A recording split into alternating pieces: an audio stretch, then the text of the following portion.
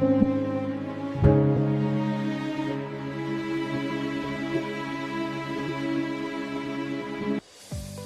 Business growth ಏನಾದರೂ ಕಡಿಮೆ ಆಗ್ತಾ ಇದೆಯಾ? ರೀಸನ್ ಇದು ಆಗಿರ್ಬೋದು.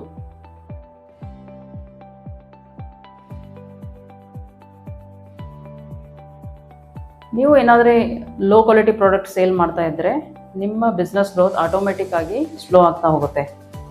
ಕಸ್ಟಮರ್ಗೆ ಒಂದು ಪ್ರಾಬ್ಲಮ್ ಬಂದರೆ ಅವನು 10 ಜನಕ್ಕೆ ಹೋಗಿ ಹೇಳ್ತಾನೆ.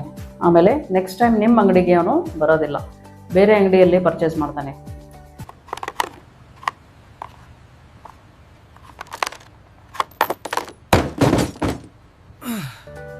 ಲೋ ಕ್ವಾಲಿಟಿ ಪ್ರಾಡಕ್ಟ್ ಸೇಲ್ ಮಾಡೋದು ತುಂಬ ಈಸಿ, ಆದರೆ ಒಳ್ಳೆ ಕ್ವಾಲಿಟಿ ಮಾರಿ ಟ್ರಸ್ಟ್ ಬಿಲ್ಡ್ ಮಾಡೋದು ತುಂಬ ಕಷ್ಟ.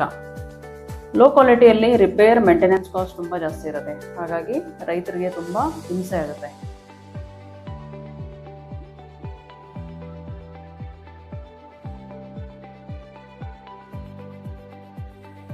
ಲೋ ಕ್ವಾಲಿಟಿ ನಿಮಗೆ ಟರ್ನ್ ಓವರ್ ಕೊಡ್ಬೋದು, ಆದರೆ ಒಳ್ಳೆ ಕ್ವಾಲಿಟಿ ನಿಮಗೆ ಲಾಂಗ್ ಟರ್ಮ್ ಪ್ರಾಫಿಟ್ ಖಂಡಿತ ಕೊಡುತ್ತೆ.